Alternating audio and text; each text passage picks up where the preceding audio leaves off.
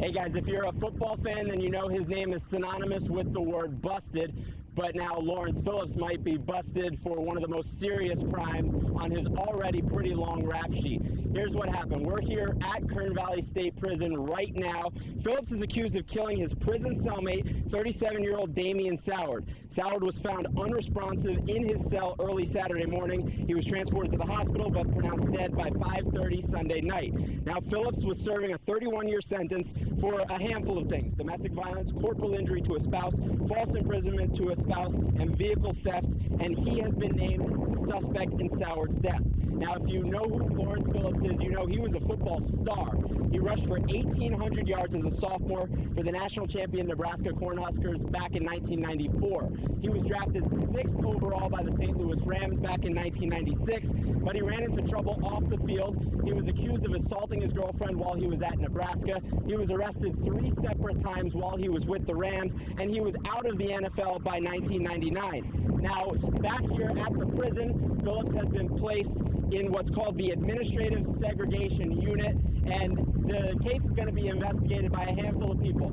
The people with the prison, the people with the Kern County Coroner's Office, and the Kern County District Attorney's Office will also be investigating, so obviously we will have the very latest on this. We tried getting in touch with the prison, but apparently they were away for the rest of the day, and so we're going to have to wait to get a little bit more information on this, but you can always check the website Bakersfield Now, check us on Twitter, check us on Facebook, where we will try to have the latest update on this that we can. But for now, live from Delano, Tom Murphy, Eyewitness News. So they called our tip line because we care, or should I say we chair a lot. Christy and Dave Schaefer sit outside in their driveway. Mother's Day is coming up, and, you know, we're kind of without. Here we sit with 2 chairs. 2 other chairs are supposed to be across the table, but when the Schaefers woke up April 9th, the chairs were gone with the wind. We didn't immediately know that the chairs were gone. Stolen right off their property. Violated. You know, we've always considered this a safe and sound neighborhood. He didn't sneak in here, he just walked up. So their house may be protected by angels on the inside, but on the outside it's protected by Vivint and an array of security cameras. And Dave, he has the video of the lawn chair bandit. Looks like he's shopping, doesn't he? The video shows a man in a varsity Letterman jacket walking right up to the Schaefer's front door. Cannot believe that somebody would be so brazen. Then he walks off with the chairs. I guess he liked the chairs. So he's just nonchalant about it.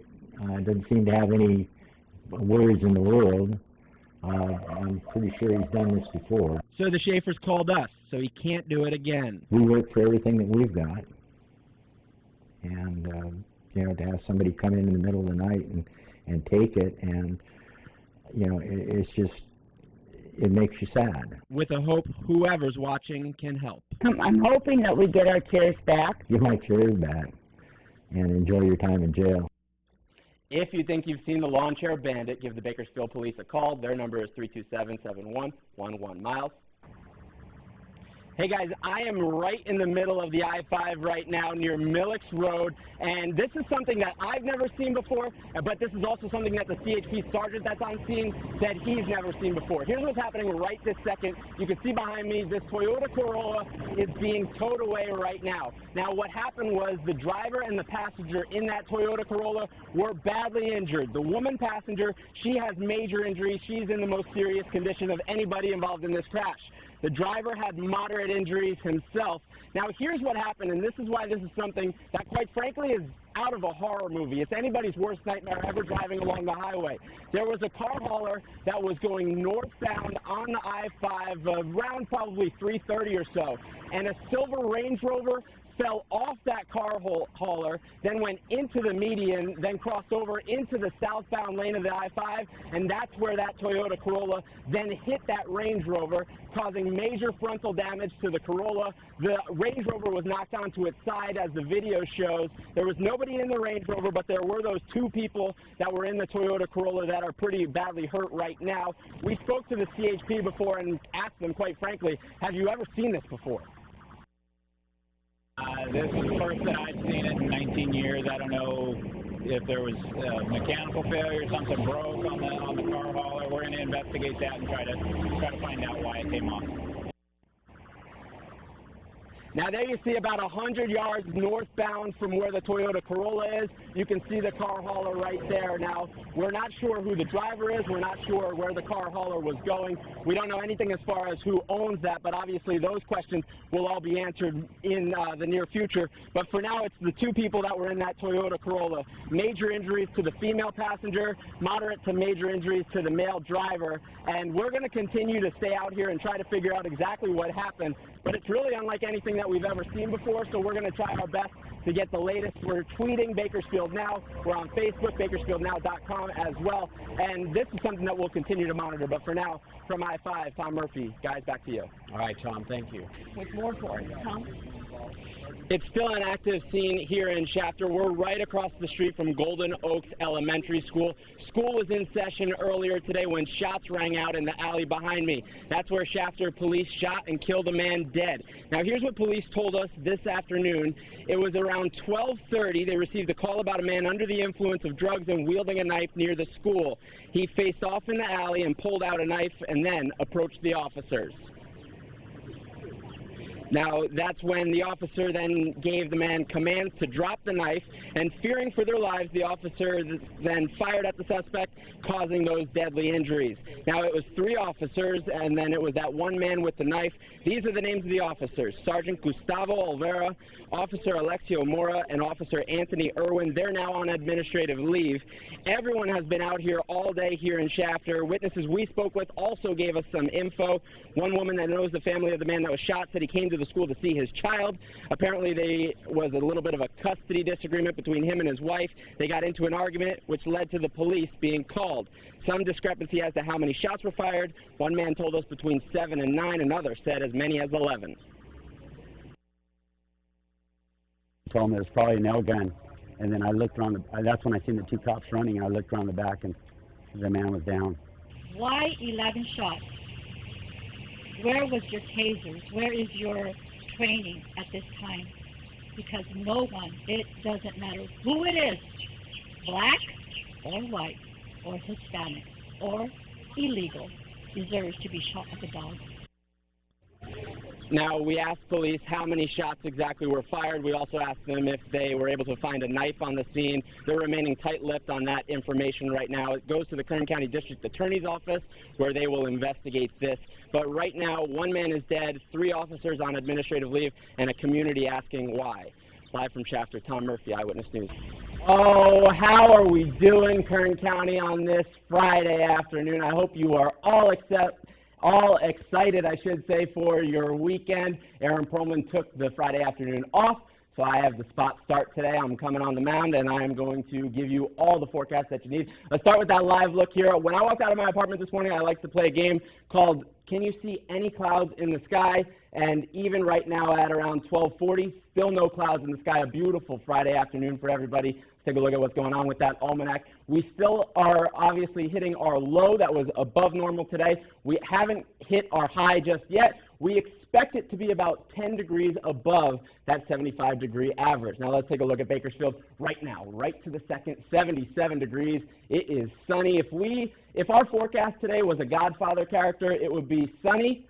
But we're hoping to leave the sun and take the cannolis, like Clemenza might say. Let's take a look at our satellite and our radar right now as we get into Friday afternoon.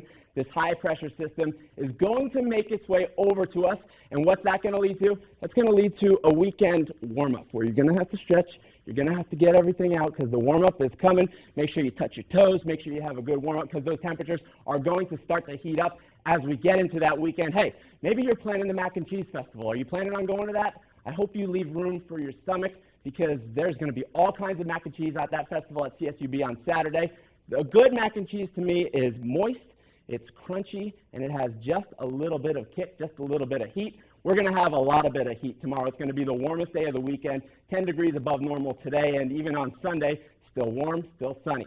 Remember, we just stretched. We did that stretch before. Well, that's good because maybe we're planning on going for a run this weekend. And if we do, the air quality is going to be about moderate. 80 on Saturday, 80 today, and then it's going to get a little bit better on Sunday, 75. So Sunday might be the day to go for a run if you want to do that. How about this? We mentioned the 10-day forecast. We mentioned there was possible precipitation in the 10-day. Tuesday, Wednesday, Thursday, we'll be keeping our eyes in the sky for that rain. We hope it happens. Obviously, anytime we put these forecasts up, you never know if things are going to change, but everybody knows how badly we need that rain right now. Take a look at what's happening this weekend. We mentioned it's going to be a warm weekend. It's going to start to cool off. And then as we get into the Kern Mountains, same thing. Possible precipitation next week. And as we move into the Kern River Valley, similar to what we saw in Bakersfield. Temperatures in the 80s for the next couple days. It's going to drop off. Take a look at next Thursday, 64 degrees. That is almost 20 degrees cooler than what we're seeing right now. Scattered showers Wednesday and Thursday as well. And warm, warm, warm, warm. Friday, Saturday, Sunday, Monday. That's what our forecast is looking like. We'll have Aaron back on Monday, of course. But for now, let's toss it back over to Kendall on the desk. Live at the fairgrounds with more, Tom. Hey, Kurt, it's a meeting that just finished up probably about 15, 20 minutes ago. Just behind me, you can see people still kind of moseying around after the meeting. Now, it was a meeting that, let me tell you, the elephant in the room, everybody had an opinion on opposite sides when it comes to elephants at the Kern County Fair. So here's what happened. The Fair Board approved 2 more years for the extension for Have Trunk Will Travel. That's the company that brings the elephants to the fair for elephant rides. The Have Trunk Will Travel officials will also have to meet with the board to ensure that there are proper safety practices that are in place. Now, of course, this has become a hot-button issue, especially ever since Ringling Brothers Barnum and Bailey Circus decided that they'll pull elephants out of their act. And it was a contentious issue here with people making public comments. I'd never seen so many public comments at one meeting. Here's just how many people wanted to get their point across. They needed to pull names out of a hat just to decide who would be able to make a public comment and who wouldn't. People against the rides say it's inhumane and it's also a safety hazard. People that are for the rides say it's a rare opportunity to see an exotic animal, and if you stop with the elephants, what gets pulled from the fair next? Animal rights activists want to tell the Kern County Fair patrons whether or not they can ride an elephant. We lose too much when we let these groups make the decisions for us. Elephants can and do escape, placing the public at risk of injury or death. So again, the big takeaway here, they have extended the contract of Have Trunk Will Travel for 2 years. Then after that, the elephants are done. There will be no more elephants 2 years from now here at the Kern County Fair. But like I said, this was a very contentious issue. You had people on both sides getting chippy, getting upset, threatening litigation. For now, the elephants will stay for 2 more years, and then that's it. That's it from the Kern County Fairgrounds. Reporting live, Tom Murphy. Back to the studio. Here at Eyewitness News, we investigate stories others don't. It's what we do. But for this next story, we had to look way up in the sky to see if there was a story or not. There it is again, it's moving. I'm not saying it's aliens, but I just want to know. Joseph Guzman knows how that sounds. This is hard to believe. But every night, Guzman looks into the sky and sees something he can't explain. I can't believe nobody else has seen this. You can drive down Rosedale, anywhere in Bakersfield, just look up at 730, 745 towards Rosedale, and you'll see it. He met us at a local auto shop. They've seen the light there too, and they have a friend to prove it. But it's always glowing, and from our view, it just looks like a light.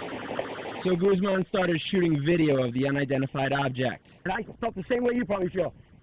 Come on, it's a star. So he brought the DVDs to us. It moves and it glows. It's got a green glow, an orange, it's got 2 black dots. The top of it is cut off. He's heard every logical idea. It's Venus. You're seeing things. Oh, that's just a star. It's the North Star. Is it a balloon? It ain't a balloon, okay? And he's heard his fair share of criticism. I need to get glasses.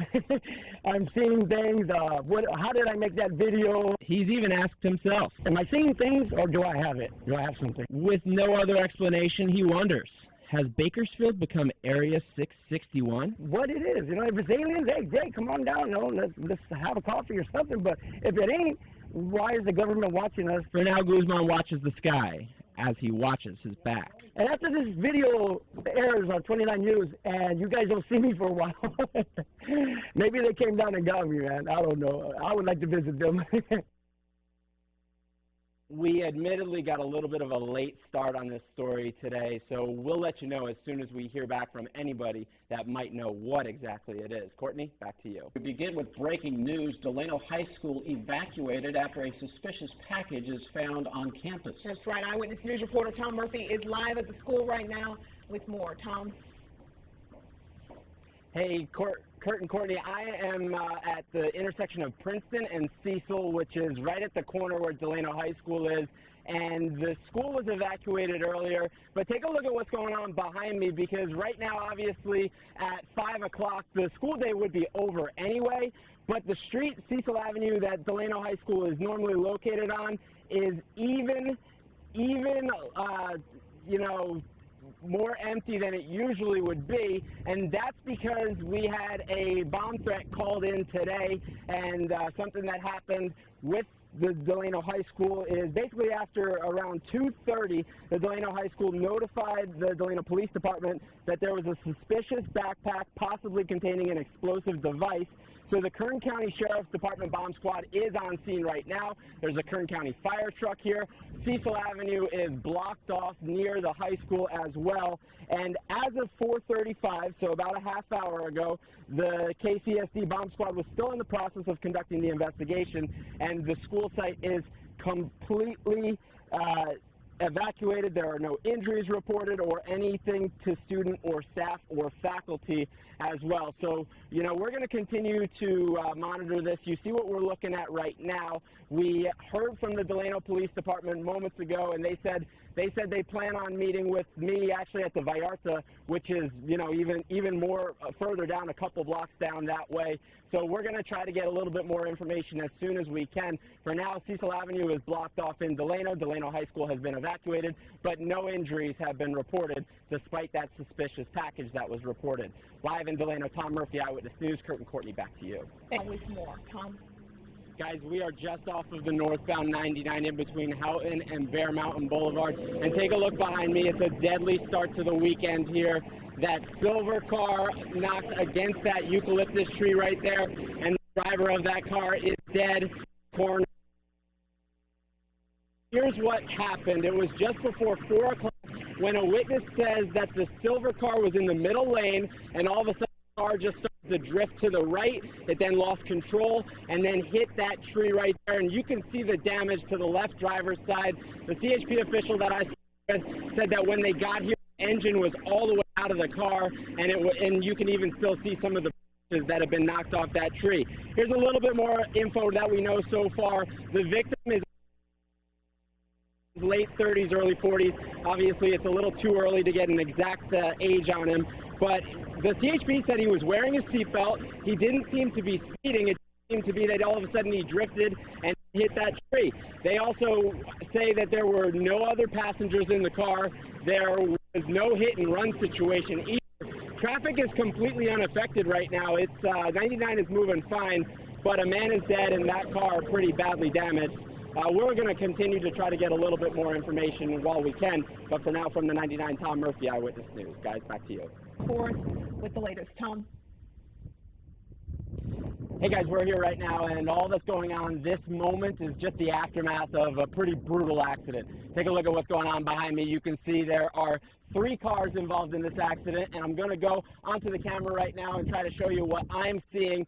Here's the details. So far, 11 people were in these 3 cars, but the brunt of the damage was done to that Toyota pickup truck that you see there in the middle. 2 people in that truck moderately injured. They had to be airlifted to KMC. We don't know the exact details of their conditions right now. As I zoom out now and show you a little bit more of what's going on, you can see there's that maroon Jeep, there's the silver Ford, and the middle pickup truck in the middle as well. But take a look at also some of the stuff that's going on there. I mean, you see there are doors in the road, there's just markings from the crime scene, and obviously we are still waiting a lot more information on this. But just to show you exactly where this is, take a look as I kind of pan to the right. We're right by the quiet soccer fields here at the Bakersfield Sports Village, and so it was expected to be a pretty quiet afternoon here, but what happened was one of these cars went through that do not enter spot right there and collided with 2 of the other cars basically driving in a spot where they shouldn't have been driving, and that is believed to have been what led to this accident. As far as the victims, as far as the people that were injured, like I said, we have 11 people hurt, 2 people in this pickup truck right here moderately hurt, and 9 other people, they had about minor injuries. We don't know much about their ages, we don't know much about their sex, we don't know how fast any of these cars were going, but BPD is on the scene, and I can tell you that they are investigating everything right now. I mean, the street is blocked off for about a half a mile down that way, down Ash, just because they're still investigating and looking into everything. We're going to try to get updates, and we're going to be live at 6 as well. I'm also tweeting on, and you can check out at Bakersfield Now, where we'll try to have an update as well. But for now, from the Bakersfield Sports Village, Tom Murphy, Kurt and Courtney, back to you. All right, Tom, thank you.